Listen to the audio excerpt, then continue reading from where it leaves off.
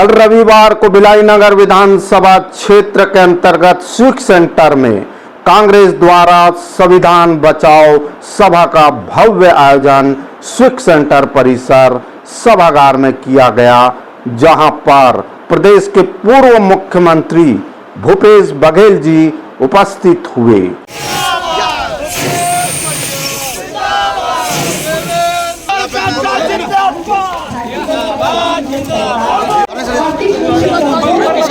पीछे भैया पीछे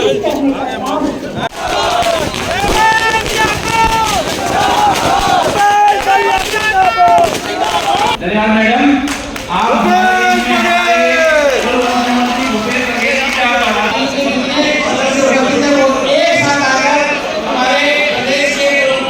नमस्कार, आप देखना शुरू कर चुके हैं न्यूज आप तक छत्तीसगढ़। उक्त कार्यक्रम में विधायक देवेंद्र यादव सहित कांग्रेस के समस्त प्रकोष्ठों के जिला अध्यक्ष और महिला कार्यकर्ता सहित आम नागरिक खचाखच भरे थे। जानते हैं उक्त कार्यक्रम की खबर क्या है। कांग्रेस पार्टी द्वारा रविवार को भिलाई नगर विधानसभा क्षेत्र में संविधान बचाओ सभा का भव्य आयोजन किया गया। इस सभा में हजारों की संख्या में कांग्रेस समर्थक, आम नागरिक एवं पार्टी पदाधिकारी बड़ी संख्या में शामिल हुए। आयोजन स्थल स्विक सेंटर परिसर जन समूह से खचाखच भरा रहा। सभा में मुख्य रूप से छत्तीसगढ़ के पूर्व मुख्यमंत्री एवं वरिष्ठ कांग्रेस नेता भूपेश बघेल तथा भिलाई नगर विधायक देवेंद्र यादव की उपस्थिति रही। अपने उद्घोषण में पूर्व सीएम भूपेश बघेल जी ने कहा कि आज देश के लोकतंत्र और संविधान पर गहरा संकट मंडरा रहा है। उन्होंने लोगों से अपील की है कि वे संविधान की रक्षा के लिए एकजुट होकर खड़े हो और लोकतांत्रिक मूल्यों को बनाए रखे। उन्होंने केंद्र सरकार की नीतियों पर निशाना साधते हुए कहा कि संवैधानिक संस्थाओं को कमजोर करने की साजिश की जा रही है, जिसे जनता बर्दाश्त नहीं करेगी। भिलाई नगर विधायक देवेंद्र यादव ने कहा कि यह सभा केवल एक राजनीतिक आयोजन नहीं है, बल्कि देश की आत्मा की रक्षा के लिए जन जागरण का एक अभियान है। उन्होंने कहा कि बाबा साहब आम्बेडकर द्वारा निर्मित संविधान हम सबके अधिकारों का रक्षक है और हम सबका कर्तव्य है कि हम इसकी रक्षा करें। सभा में जिला कांग्रेस अध्यक्ष, महिला कांग्रेस, युवा कांग्रेस, NSUI और अन्य संगठनों के कार्यकर्ता भी भारी संख्या में उपस्थित रहे। सभी वक्ताओं ने एक स्वर में संविधान की गरिमा और लोकतंत्र की मजबूती के लिए एकजुटता की अपील की। सभा के अंत में एक संविधान शपथ का आयोजन भी किया गया, जिसमें सभी उपस्थित जनों ने लोकतंत्र, समानता और धर्मनिरपेक्षता की रक्षा करने की शपथ भी ली। आग्रह है कि आप लोग आए। हमारे पूर्व मुख्यमंत्री वरिष्ठ कांग्रेस नेता भूपेश बघेल जी का आप स्वागत करेंगे।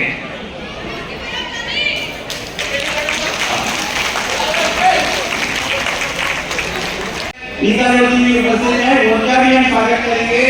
मैं राजेश्वरी मैडम से आग्रह करूंगा, द्वारका गैस कमेटी की अध्यक्षा है, द्वारका गैस की बात की, वो आए और उनका स्वागत करें। उक्त कार्यक्रम में उपस्थित होकर जन समुदाय को संबोधित करते हुए देवेंद्र यादव जी ने क्या कुछ कहा, सुनिए। कांग्रेस पार्टी, राहुल गांधी, भूपेश भैया, बोलो भारत माता की, छत्तीसगढ़ माता की।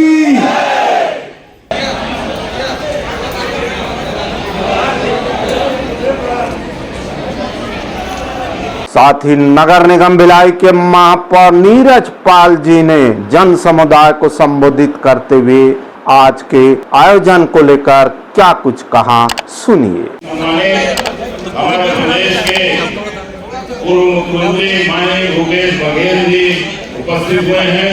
मैं भिलाई शहर की ओर से आपका अभिनंदन करता हूं, स्वागत करता हूं। साथ ही हमारे साथ इस मंच पर भिलाई के पूर्व विधायक मंत्री माननीय बदरुद्दीन कुरैशी जी उपस्थित है, मैं उनका भी स्वागत करता हूँ। मंच पर उपस्थित पूर्व मंत्री, पूर्व विधायक माननीय अरुण वोरा जी का भी मैं स्वागत करता हूँ। जिला कांग्रेस कमेटी के अध्यक्ष मुकेश चंद्राकर जी, आपका भी अभिनंदन।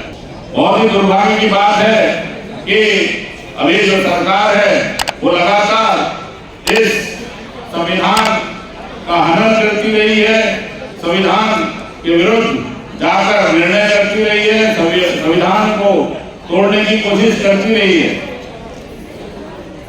हम सब जानते हैं कि हमारा संविधान ये देश के लोकतंत्र की आत्मा है और ये लोकतंत्र हमें विश्व में सबसे बड़ा लोकतंत्र कहलाने का गौरव भी दिलाता है। लेकिन इसी लोकतंत्र और संविधान को देश की केंद्र की सरकार लगातार इसका हनन कर रही है। इस पवित्र संविधान को तोड़ मरोड़ कर पेश करने की कोशिश कर रही है। मैं आज यहाँ उपस्थित सभी साथियों से यह आग्रह करूंगा और ये भी निवेदन करूंगा कि जो अपने देश से प्यार करता है, प्रेम करता है, वो इस संविधान के प्रति भी उतना आदर रखेगा, क्योंकि ये संविधान रहेगा तो हम सब रहेंगे। आज इस मंच के माध्यम से मैं अपने वरिष्ठ जनों को ये बोलना चाहता हूँ, बताना चाहता हूँ कि अगर जो भी इस संविधान को बचाने के लिए जो भी कांग्रेस पार्टी द्वारा रूपरेखा तैयार की जाएगी, जो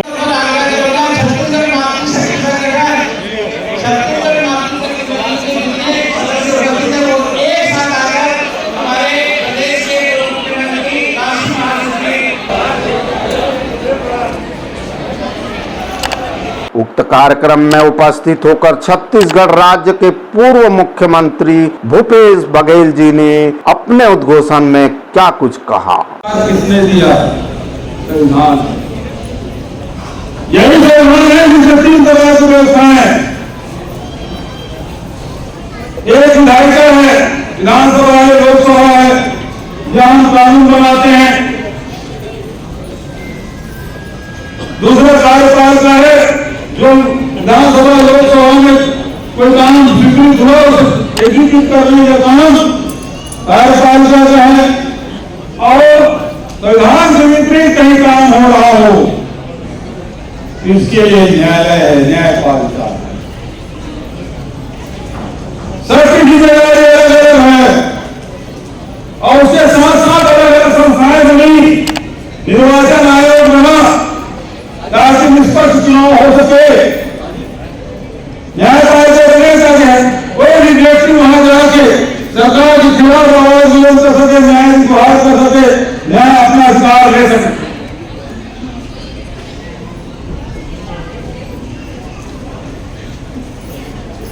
जितने भी एजेंसी बनी है, चाहे सीबीसी हो, चाहे ईडी हो, चाहे डीआरआई हो, चाहे सीबीआई हो, ये सारी संस्थाएं बनी हैं ताकि प्रजातंत्र को मजबूती प्रदान करे। लेकिन हमने देखा इन 11 सालों में मोदी जी की सरकार में सारे संस्थाओं को कमजोर करने का काम किया जा रहा है। आज इलेक्शन कमीशन में ऐसे लोगों को बिठा दिया गया है जो सरकार दिन कहे तो दिन, रात कहे दिन तो रात, कहे तो रात करने वाले। आज निष्पक्ष चुनाव नहीं हो रहा है। देश की जनता कहते हैं कि चुनाव निष्पक्ष नहीं हो रहे हैं। आप लोग किसी दल से रिजल्ट कुछ हो रहा है, मतदाताओं संख्या बढ़ाते जा रहे हैं, बढ़ रहे हैं, काट दिए जा रहे हैं। यदि पता चले ये मोहल्ला कांग्रेसी है तो वोट काट दिए जाते हैं, वोटर लिस्ट नाम काट दिया जाता है। अल्पसंख्यक है तो वोटर लिस्ट नाम काट दिए जाते हैं। मशीन बदल दे रहे हैं, मशीन में आंकड़े बदल रहे हैं, कोई सुनवाई नहीं। तो लोकतंत्र का सबसे पहला काम निर्वाचन है और निर्वाचन ही निष्पक्ष नहीं हो रहा। ईडी, सीबीआई ये भ्रष्टाचार को रोकने के लिए, लेकिन आज उसका उपयोग क्या कर रहे हैं?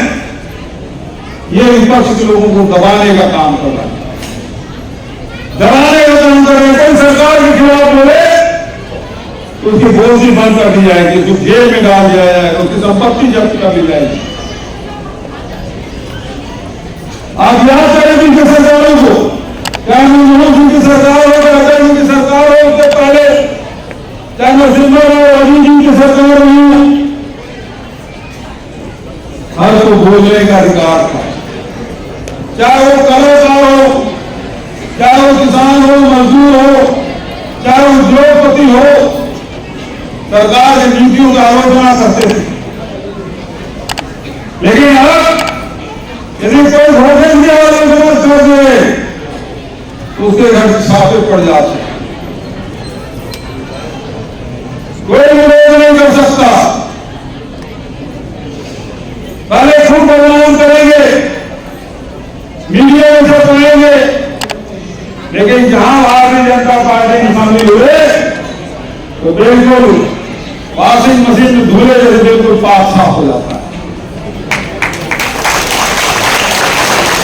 चाहे ई समाज की बात करें, चाहे आसाम के मुख्यमंत्री हेमंत बिस्वा की बात करें, चाहे राणे की बात करें, किसकी बात करें, जो मोदी वॉशिंग मशीन में धुल गया तो सारे पाव धुल गए, पाव धुल गया। और जो नहीं समझौते किए, जो नहीं गए, उसके घर छापे पड़ेंगे, उसके खिलाफ केस करेंगे। और हम तो बहुत छोटे मोटे लोग हैं, हमारे नेता राहुल जी और सोनिया गांधी के खिलाफ भी वो संपत्ति नेशनल हेराल्ड जिसे पंडित नेहरू ने, रवि अहमद तुगलई ने, पंडित जी ने स्थापना की नेशनल हेराल्ड, जो देश की आजादी दिलाने में जिसका काम हुआ था, जिसने अंग्रेजों ने 3 साल तक टुकड़ा लगा दिया था 40 से 45 तक, उसकी संपत्ति हड़पने का आरोप। अरे उस परिवार जो खिलाफ आरोप लगा रहा, जो देश की आजादी में सब कुछ अपने कुर्बान कर दिया, आनंद भवन को तक उन्होंने दे दिया था नेहरू परिवार ने। इन्हें देश की आजादी एकता और अखंडता के लिए इंदिरा जी ने अपने प्राणों को बलिदान दे दी, राजीव जी ने प्राणों को बलिदान दे दी, सोनिया गांधी की आचार चुनकर का उसे शासन में नहीं आ सकते, देश के सर्वोच्च पद प्रधानमंत्री जैसे पद को एक बार में 2 बार उन्होंने ठुकरा दिया और मनमोहन सिंह को प्रधानमंत्री बना दिया। इतना बड़ा इतिहास, और उसका आरोप लगा दिया 5,000 करोड़ की संपत्ति आपने हड़प ली। यह आरोप भारतीय जनता पार्टी के नेता लगा रहा है। कोई बोलता है 5,000 करोड़, कोई बोलता है 2,000 करोड़।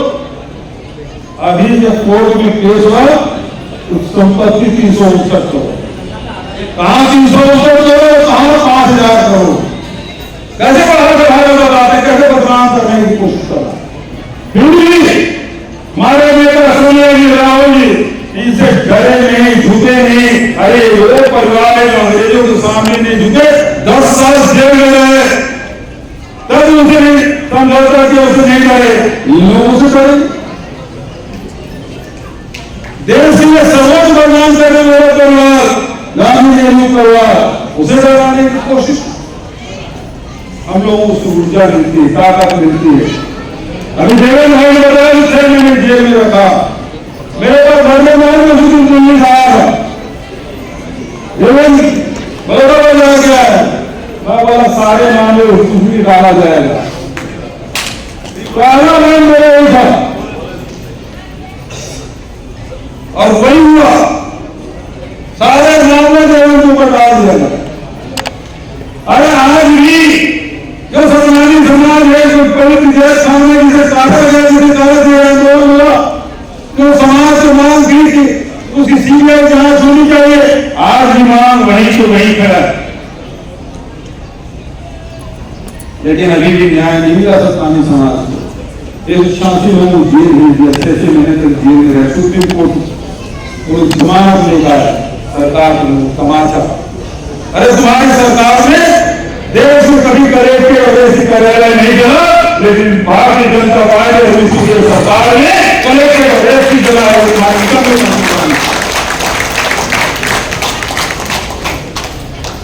खुद को गुस्सा नहीं सकते दूसरों पर दोषारोपण। इसलिए मैं कहता हूं जब सोनिया गांधी और राहुल गांधी जो त्याग की मूर्ति है, तो देश के लिए अपना सब कुछ देने के तैयार रहते हैं, अब उनको तक नहीं छोड़ा तो हम लोग हमारे घर में भी सीबीआई आ गया, ईडी आ गया, देवेंद्र के हाथ आते ही रहते हैं।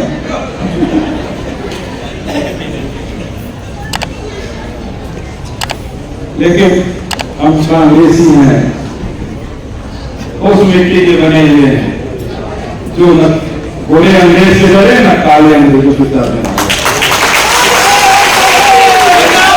वहीं पूर्व मुख्यमंत्री भूपेश बघेल जी ने मीडिया से रूबरू होकर आज के संविधान बचाओ सभा के भव्य आयोजन को लेकर क्या कुछ कहा, सुनिए। बीजेपी संविधान नहीं चाहती है, मनुस्मृति चाहती है, क्या रूप में देख रहे हैं आप? देखिए, कांग्रेस पार्टी ने संविधान बचाओ रैली का आयोजन इसलिए किया गया कि आज लोकसभा में, राज्यसभा में विपक्ष का आवाज दबा दी जाती है।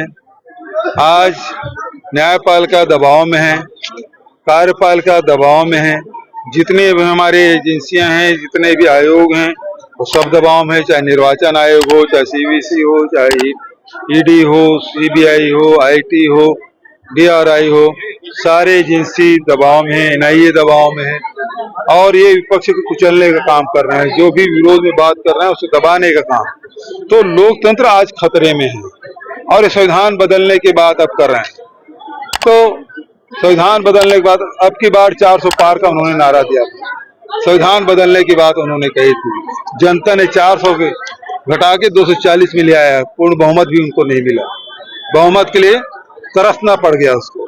तो ये स्थिति पूरे देश में है। लोकतंत्र बहुत मजबूत है, लेकिन ये लोग पूरा उसे कब्जा में करना चाहते हैं।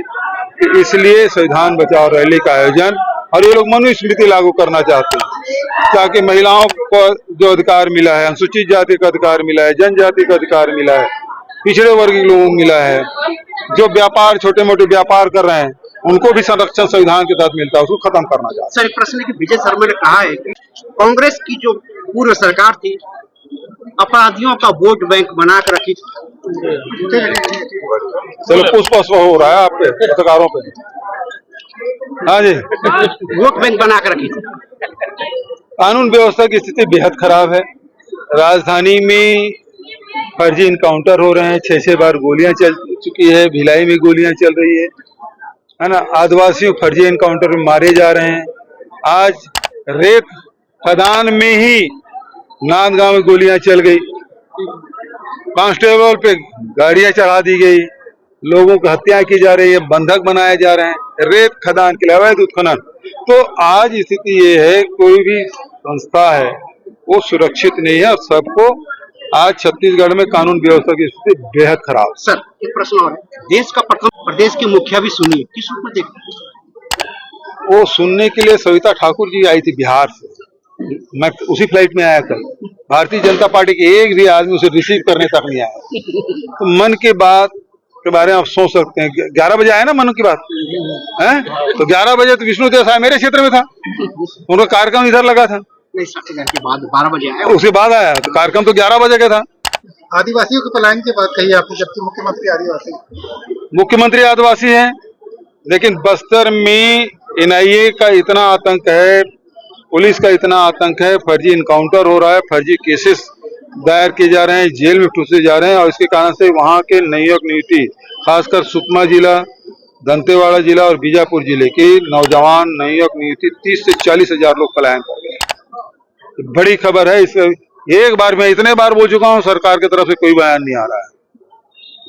दूसरी बात यह है कि विष्णुदेव साय आदिवासी मुख्यमंत्री हैं, लेकिन जिस प्रकार से हसदेव में जंगल काटे गए, अभी जिस प्रकार से रायगढ़ जिले में जंगल काटे जा रहे हैं और विष्णुदेव साहब मौन है, ये मुखौटा के रूप में जिस दिन इसको बनाया उसी दिन समझ आ गया था नरेंद्र मोदी जी पूरे प्रदेश को अडानी के हाथ सौंप देना चाहते हैं, क्योंकि आदिवासी मुख्यमंत्री रहेगा, आदिवासियों को की संपत्ति छीनने में, उस जल जंगल जमीन से बेदखल करने में बहुत आसानी होगी, इसलिए इसे बनाया गया। इस वीडियो में इतना ही, और वीडियो के साथ आपकी सेवा में हम पुनः उपस्थित होंगे। तब तक के लिए हमें इजाजत दीजिए।